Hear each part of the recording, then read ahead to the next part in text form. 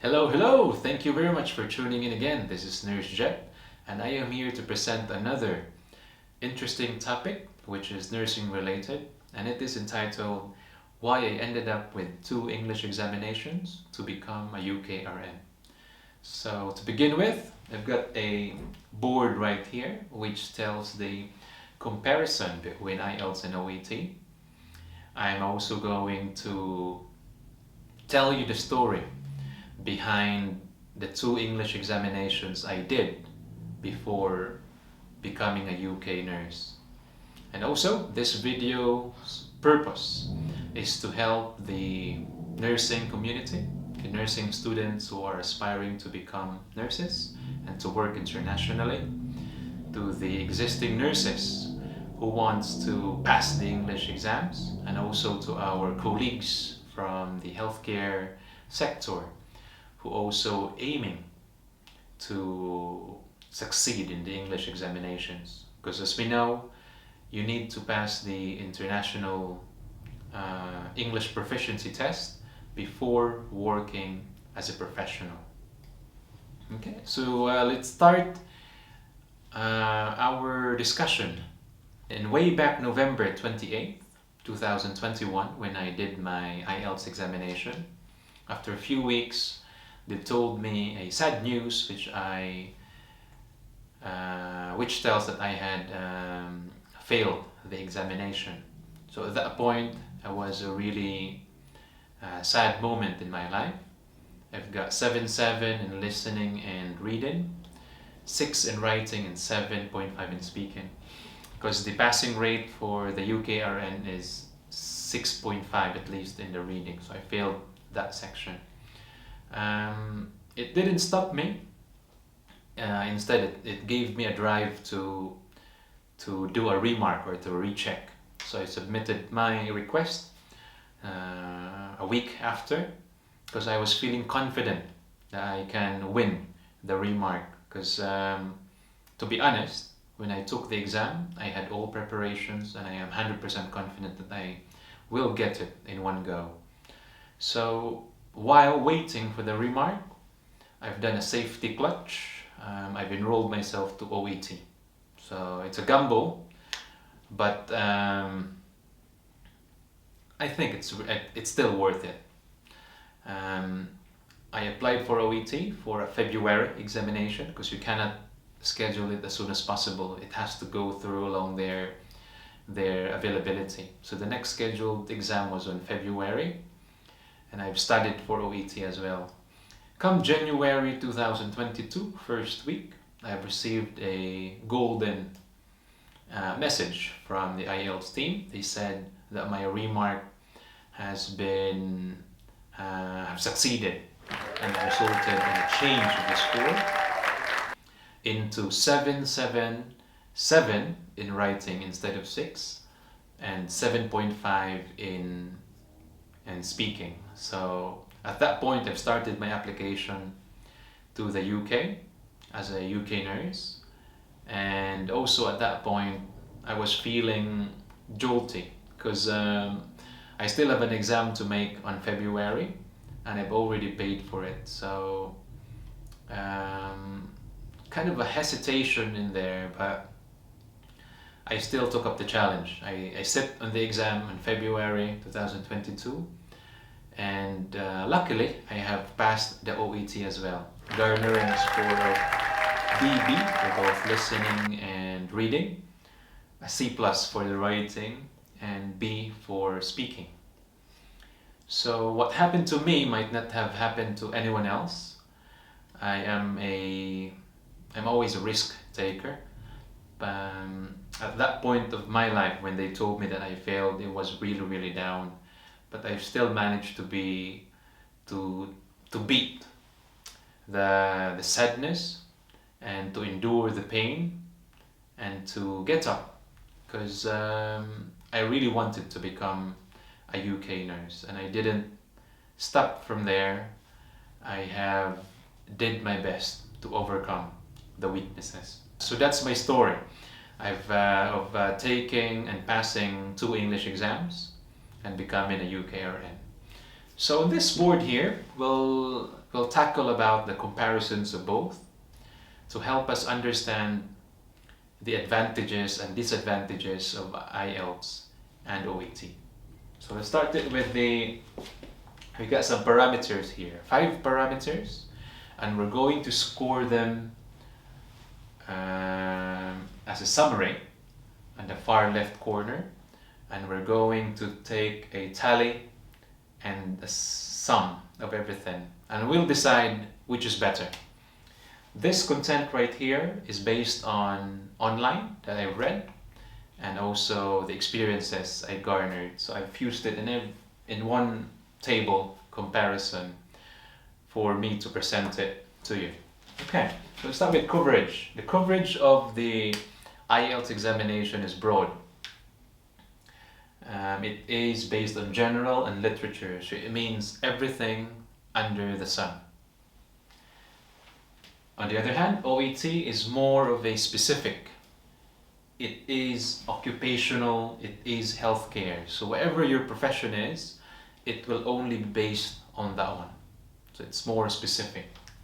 I'll give a score for OET on this one. Let's put O, because it's an advantage for OET.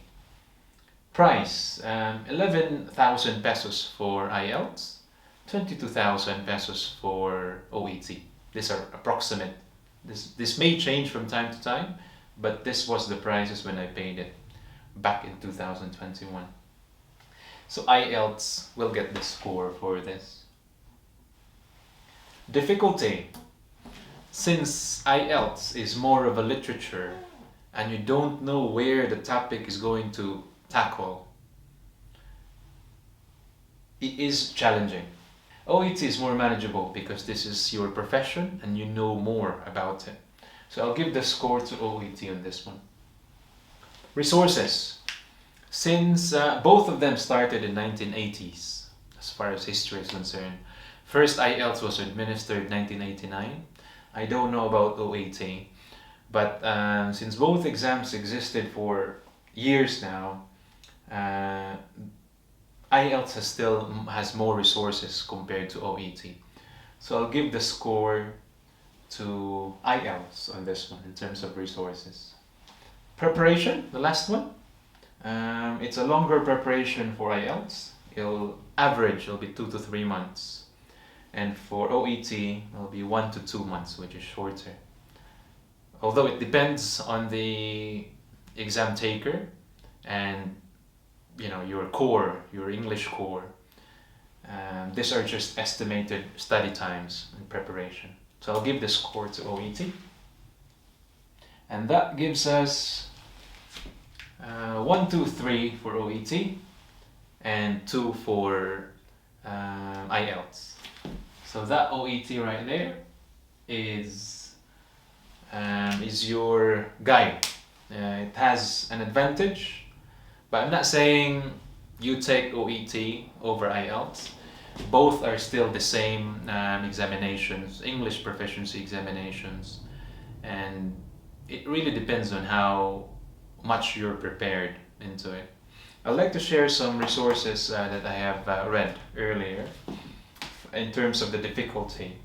So in IELTS, they've got a data. It's called 2023-2024 test performance, and I'd like to cite Philippines right here. It is a list of all nations, all nationalities taking IELTS, and it gets your mean or your average. For Philippines, listening is 7.2, reading is 6.7, writing is 6.3, speaking is 6.8, and the overall is 6.8. The reason why I'm sharing this is it's to gauge how we are at the scores, because in listening we always pass it most of the time. In reading, 6.7, it's one of the weaknesses of Filipinos, but with practice and preparation you can increase it a bit to go with the 7 mark. 6.3 in writing, this is very, very obvious. We're not really literature enthusiasts. in Philippines, it needs mastery and it needs preparation really.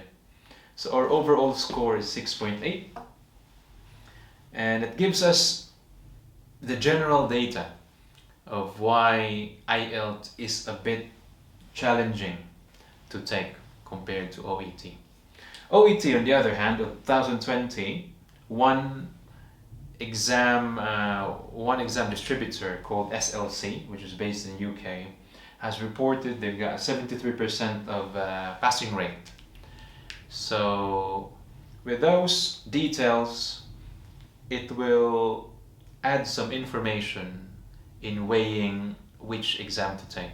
It all boils down on the exam taker's preparation, the mental awareness, the willingness, and also the core of the individual's English. So even if you're very good at one skill to the other, you can't be only good for one skill, because the English exam is a skill exam. You have to pass all 4 skills in order for you to succeed. So I hope this will be beneficial to any one of you who's planning to take the examination soon or in the future. The decision for you to take which exam always depends on you. So if you feel that you are more manageable to do the IELTS, go with it. If you're not confident with the IELTS, you're more favorable to take the OET, then go for it. It always depends on you, the exam taker. And lastly, my message to everyone is keep yourself composed all the time. Whatever obstacles you are up to, just don't easily give up. Instead, find a way, and you know yourself better than anyone else. So if somebody else tells you this, somebody else tells you that, you just have to compose yourself properly, pick up broken pieces together, and then go from there. Follow your intuition. To me, I had failed initially, but then I still gambled and I risked. But that risk was worth it, and I'm here in the UK working as a UK nurse.